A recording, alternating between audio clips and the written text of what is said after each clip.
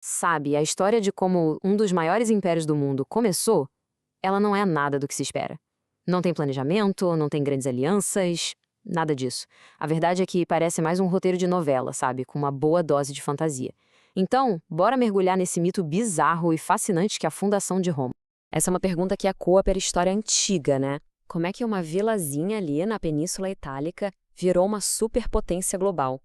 Bom, a resposta oficial, a história que os próprios romanos contavam, é bem mais esquisita do que se pode imaginar.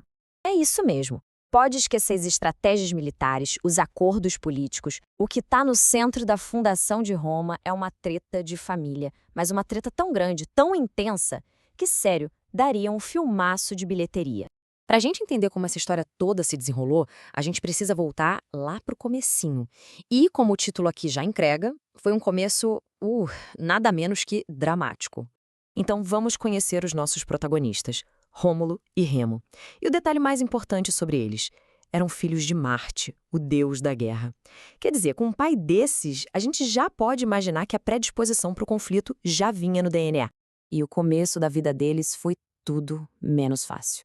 Imagina só, o próprio tio, com medo de que os sobrinhos um dia quisessem o trono, teve a brilhante ideia de colocar os dois num cesto e largar no rio.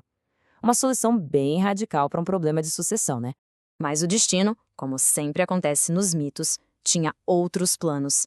E é exatamente aqui que a história dá uma virada que a tornaria lendária. A criação pra lá de inusitada dos gêmeos.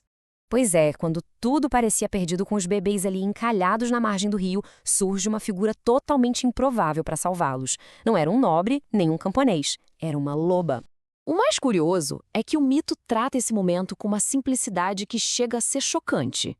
A loba encontra os bebês e, num ato de instinto materno que ninguém esperava, simplesmente decide adotá-los. E essa é a imagem que define a fundação de Roma.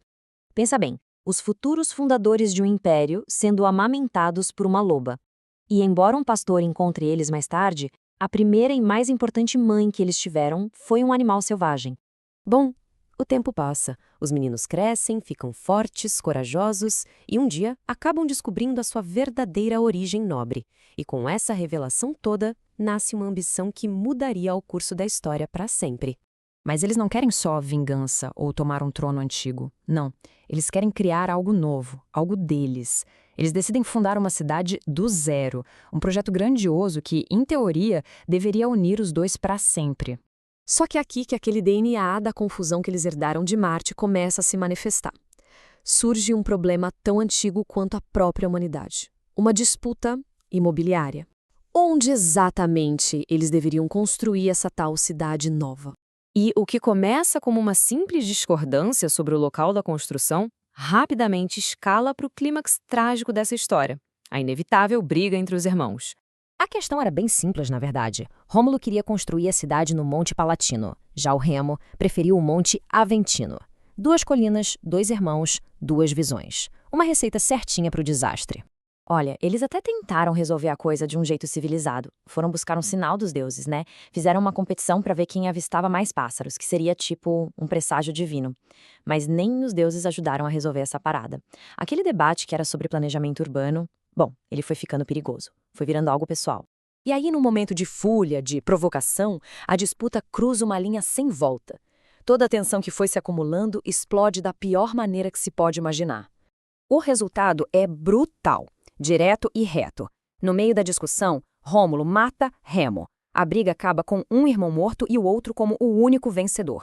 E assim, sobre o corpo do próprio irmão, sobre as cinzas de uma tragédia familiar, que a semente de um dos maiores impérios da história é finalmente plantada.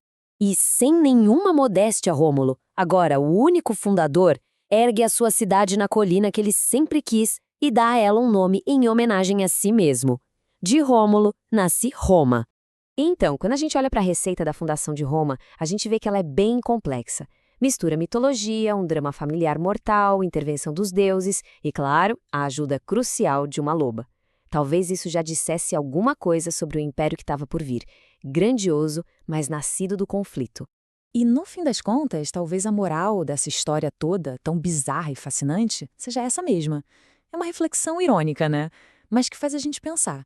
que por trás de toda glória, de toda grandeza, muitas vezes o que existe é uma origem caótica e profundamente humana. Foi assim que Roma nasceu.